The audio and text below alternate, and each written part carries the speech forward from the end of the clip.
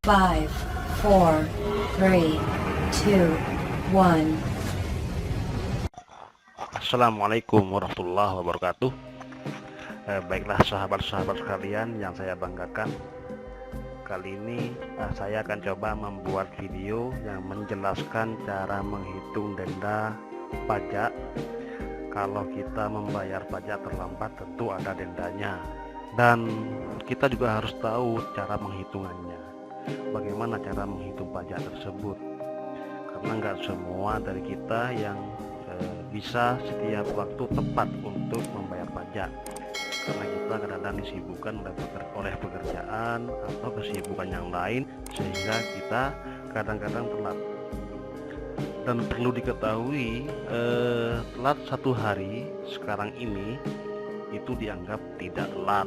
Kalau tahun-tahun yang dulu, kalau telat 1 hari saja, maka itu dianggap oleh kita, oleh kalangan masyarakat, dianggap telat 1 tahun.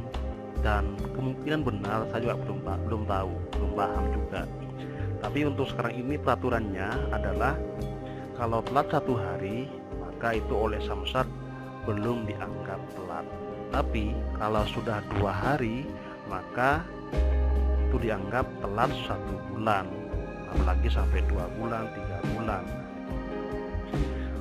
Dan sekarang ini penghitungan denda tersebut dihitung setiap bulan, bukan lagi per tahun. Kalau dulu mungkin per tahun, tapi kalau sekarang ini sudah dihitung per bulan.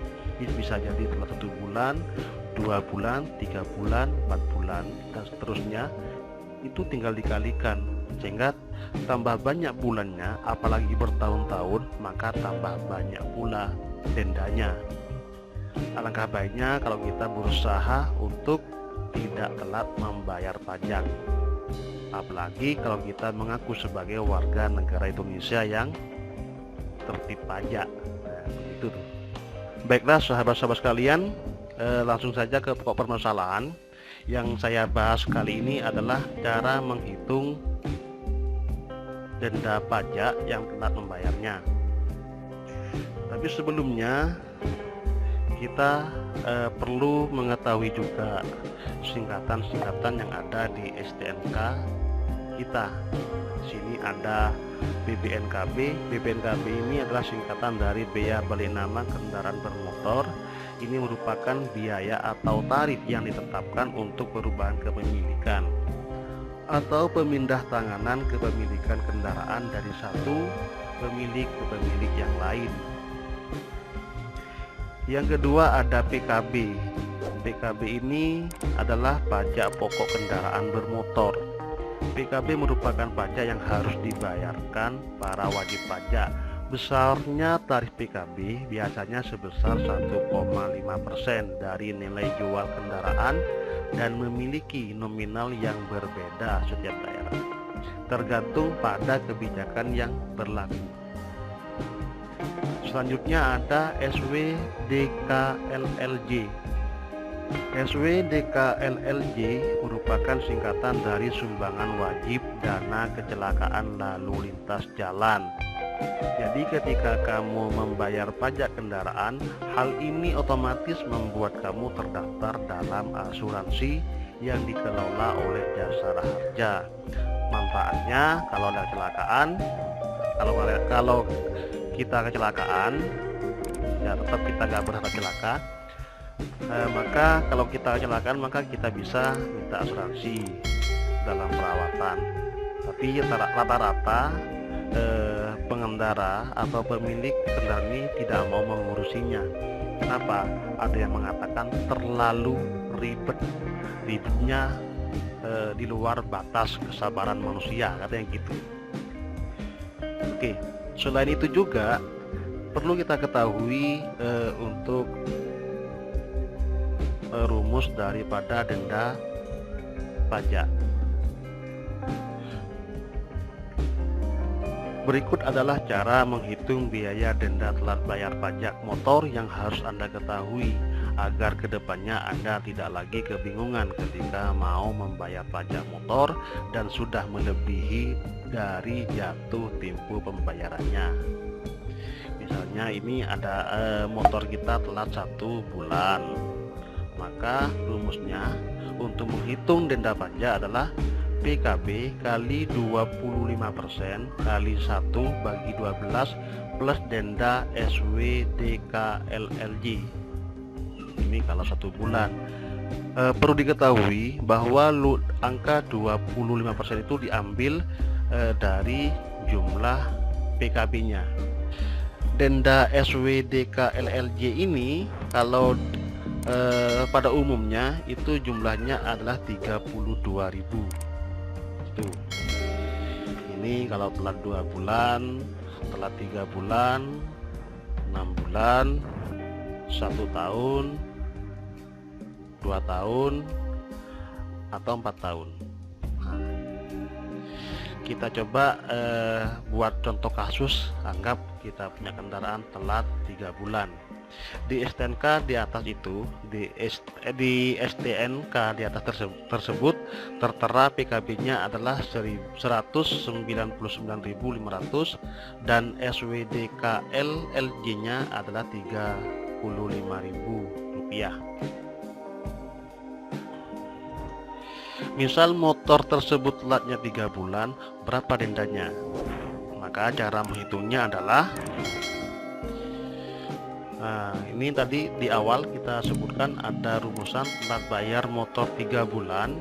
Rumusnya adalah PKB kali 25% kali 3 bagi 12 plus denda SWDKLLJ. Ini rumusnya. Jadi PKB-nya adalah 199.500 dikalikan 25% kali 3 plus 2 kali 3 bagi 12 plus denda SWDKLLJ. Jadi seperti ini hasilnya.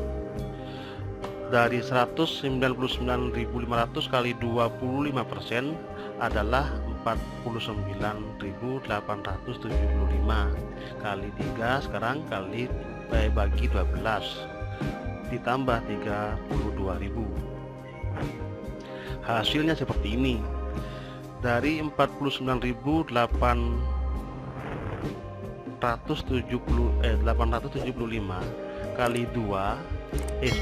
kali 3 bagi 12 sama dengan 12.468.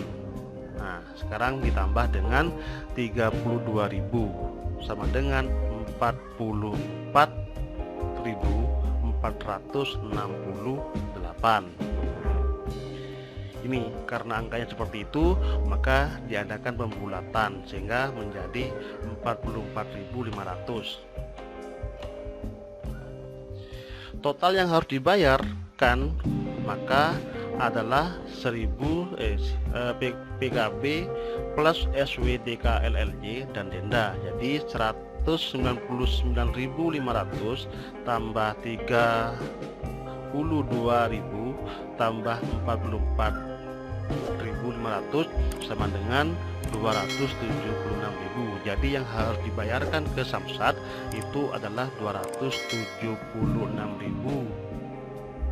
plus itu sudah dengan dendanya. Jadi itu cara menghitung pajak kalau pajaknya telat 3 bulan. Kalau telat 1 bulan ya tinggal dikurangi saja perkaliannya tadi itu, yang awalnya 3 diganti dengan 1 gitu. Oke, itulah contoh kalau telat 3 bulan. Sekarang kita coba lagi buat kasus yang 1 tahun. Nih,